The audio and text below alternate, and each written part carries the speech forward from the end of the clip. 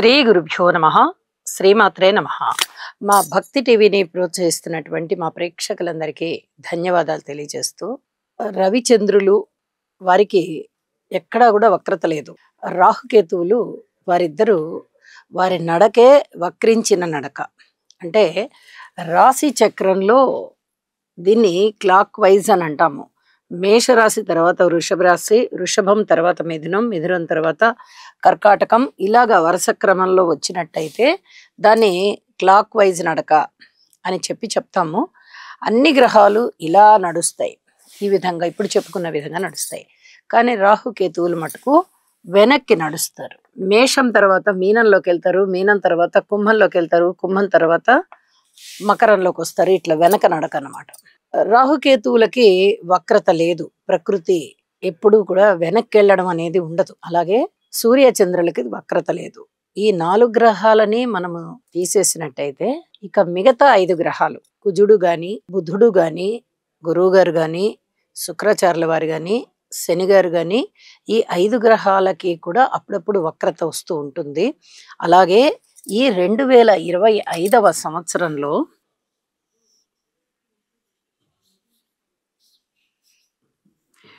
ఈ 2025 విశ్వావసు నామ సంవత్సరంలో గురువు గారికి వక్రత ఏర్పడింది. ఎప్పుడు ఏర్పడింది? వారు ఇప్పటి వరకు కూడా మిథున రాశిలో సంచరిస్తూ ఉన్నారు.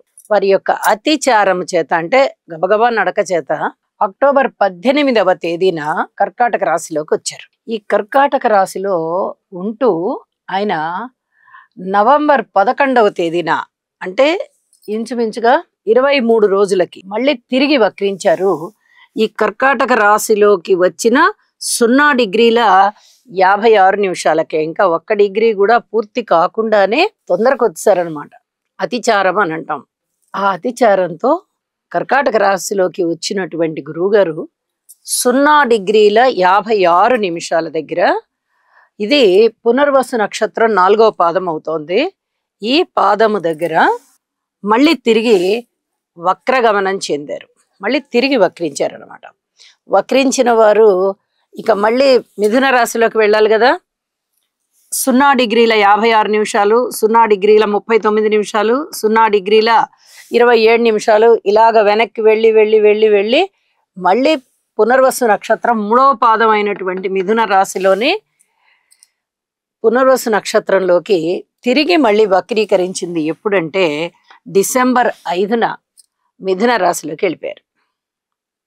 పూర్తిగా కర్కాటక రాశిలో 0 డిగ్రీలోకి వచ్చినప్పుడు మళ్ళీ వెనక్కి వెళ్ళిపోయారు అనమాట.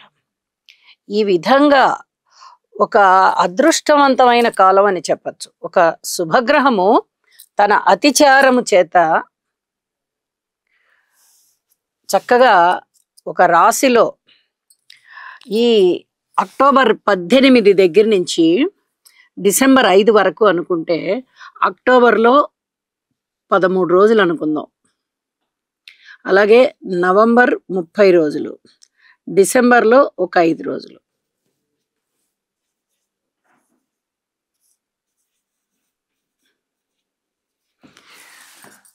నలభై 48 రోజుల కాలం గురువుగారు కర్కాటక రాశిలో సంచరిస్తున్నారు. ఇది ఒక అదృష్టవంతమైనటువంటి కాలం అన్నమాట. చాలా రాశులకి చాలా అద్భుతమైనటువంటి విజయాలు ఉంటాయి. ఎందువల్ల ఉంటాయి అంటే, ఒక శుభగ్రహం అయినటువంటి గురువు అనేటటువంటి గ్రహము తన అతిచారం చేత తన యొక్క ఉచ్చరాశిలోకి వచ్చేసింది. ఈ ఉచ్చరాశిలో 3 నక్షత్రాలు ఉంటాయి కదా. పునర్వసు 4వ పాదం ఉంటుంది, పుష్యమి 1, 2, 3 పాదాలు ఉంటాయి,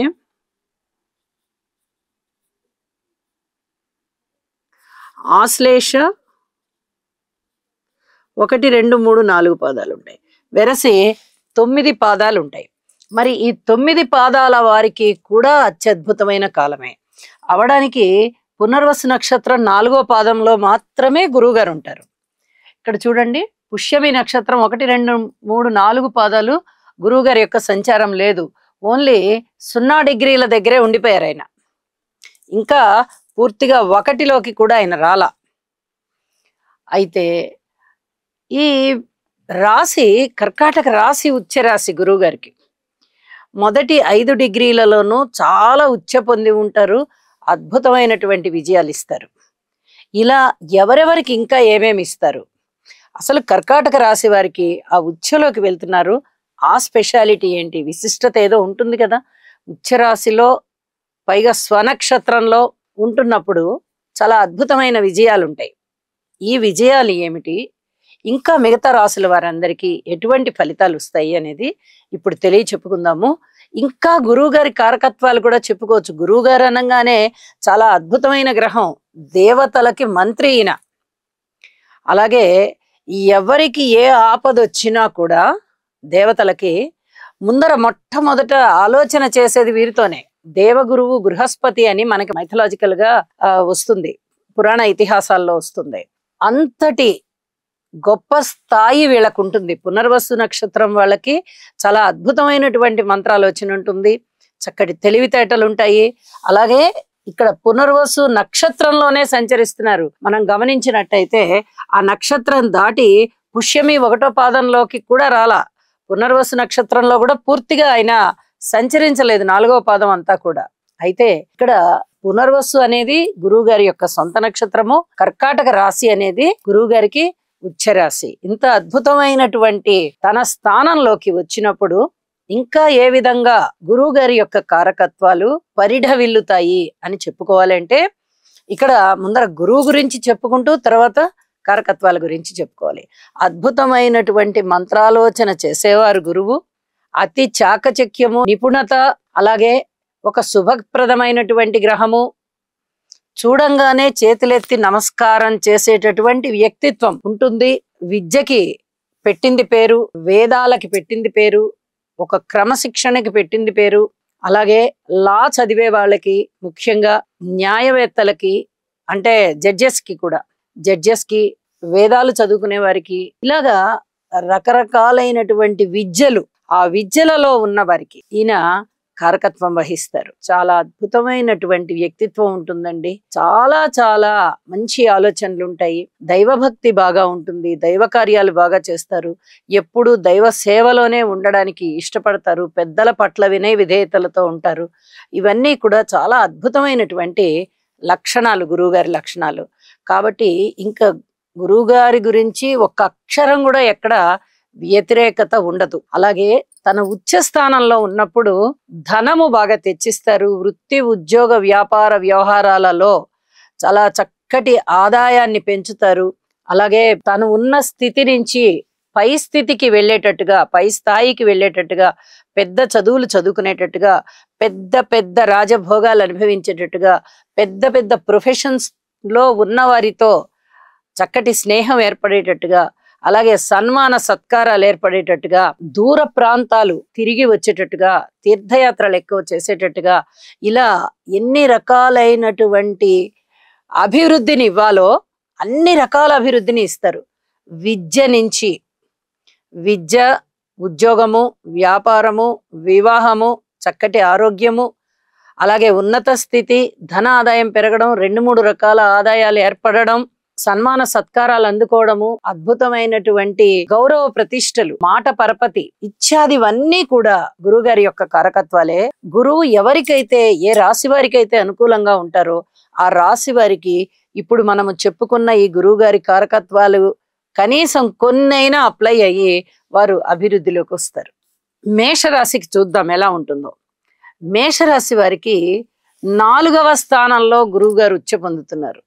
అయితే ఈ 4వ స్థానం అనేది గురువు గారికి అర్ధాష్టమం అవుతోంది కాబట్టి అంత పెద్దగా అభివృద్ధిని ఇవ్వబోవడం లేదు. ఇప్పటి వరకు ఉన్న సుఖశాంతులు కొంచెం తగ్గే విధంగా, ఇప్పుడు ఉన్నటువంటి సుఖశాంతులు కొంచెం తగ్గే విధంగా, ఏదైనా స్వగృహ నిర్మాణ పనులు కొద్దిగా ఆలస్యం అయ్యే విధంగా, మానసిక చింత ఏర్పడే విధంగా, శారీరక శ్రమ పెరిగే విధంగా, ఏదైనా కొనుగోలు అమ్మకాలు చెయ్యాలి అనుకుంటే అలాంటి పనులన్నీ కూడా ఆలస్యం అయ్యే విధంగా, ఉద్యోగ జీవితంలో కూడా కాస్త మందగింపుగా ఉండే విధంగా, ఇలాగా కొంచెం చికాకు పెడుతున్నట్టుగా ఉంటాయి. ఈ చికాకుని మీరు తగ్గించుకోవాలి అంటే ఖచ్చితంగా గురుసేవ చేయాలి. గురువు గారి యొక్క చరిత్ర చదువుకోవాలి. ఏ చరిత్ర అయినా పర్వాలేదండి. గురువులకి సంబంధించిన చరిత్ర చదువుకోండి, గురు పూజ చేసుకోండి. అలాగే గురువు యొక్క ఆలయానికి వెళ్ళి ప్రతిరోజు కూడా దర్శనం చేసుకోండి. ఇది చాలా చాలా మంచిది అని చెప్పి తెలియచేస్తున్నాను. ఇక గురుగ్రహ స్తోత్రాన్ని కూడా ఒకసారి మనం తెలియచెప్పుకుందాము.